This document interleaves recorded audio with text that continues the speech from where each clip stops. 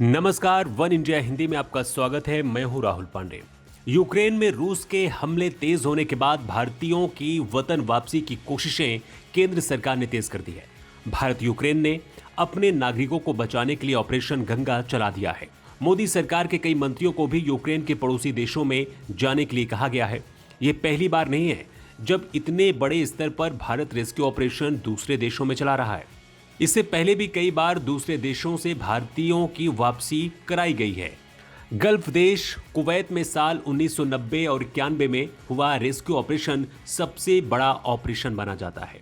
इस अभियान के तहत भारत सरकार ने विमानों के जरिए करीब 1,70,000 भारतीयों की वतन वापसी करवाई थी। 2 महीने तक चले इस अभियान के दौरान भारत से करीब 500 विमानों ने उड़ान भरी। भारतीय वायुसेना ने साल 2015 में यमन से ऑपरेशन राहत चलाया था। इस ऑपरेशन अभियान में सरकार ने यमन से 4,640 भारतीयों की सकुशल वतन वापसी कराई थी।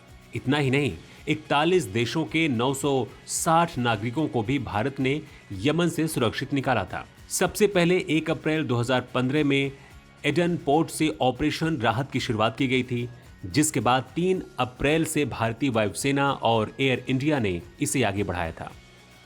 25 अप्रैल 2015 को नेपाल में आए भूकंप के बाद भारत सरकार की तरफ से वहां फंसे इंडियंस को बचाने के लिए ऑपरेशन मैत्री की शुरुआत की गई थी। 7.8 तीव्रता वाले भूकंप में लगभग 8,000 से अधिक लोग मारे गए थे। इस भूकंप को साल 1934 के बाद नेपाल की सबसे घातक प्राकृतिक आपदा के रूप में बताया गया था।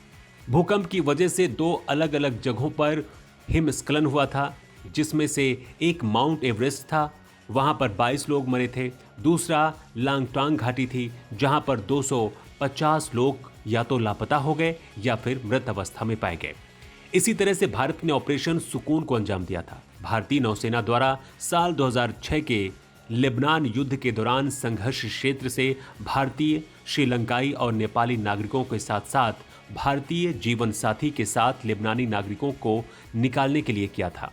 भारतीय नौसेना द्वारा किए गए सबसे बड़े निकासी में से एक में 1,764 भारतीयों, 112 श्रीलंकाई, 64 नेपाली और 7 लेबनानी नागरिकों सहित कुल 2,280 लोगों को निकाला गया था। भारत सरकार ने गृह युद्ध के दौरान लीबिया में फंसे 15,400 से अधिक भारतीय नागरिकों को बचाने के लिए 26 जनवरी 2011 को ऑपरेशन सेफ होम कमिंग भी शुरू किया था।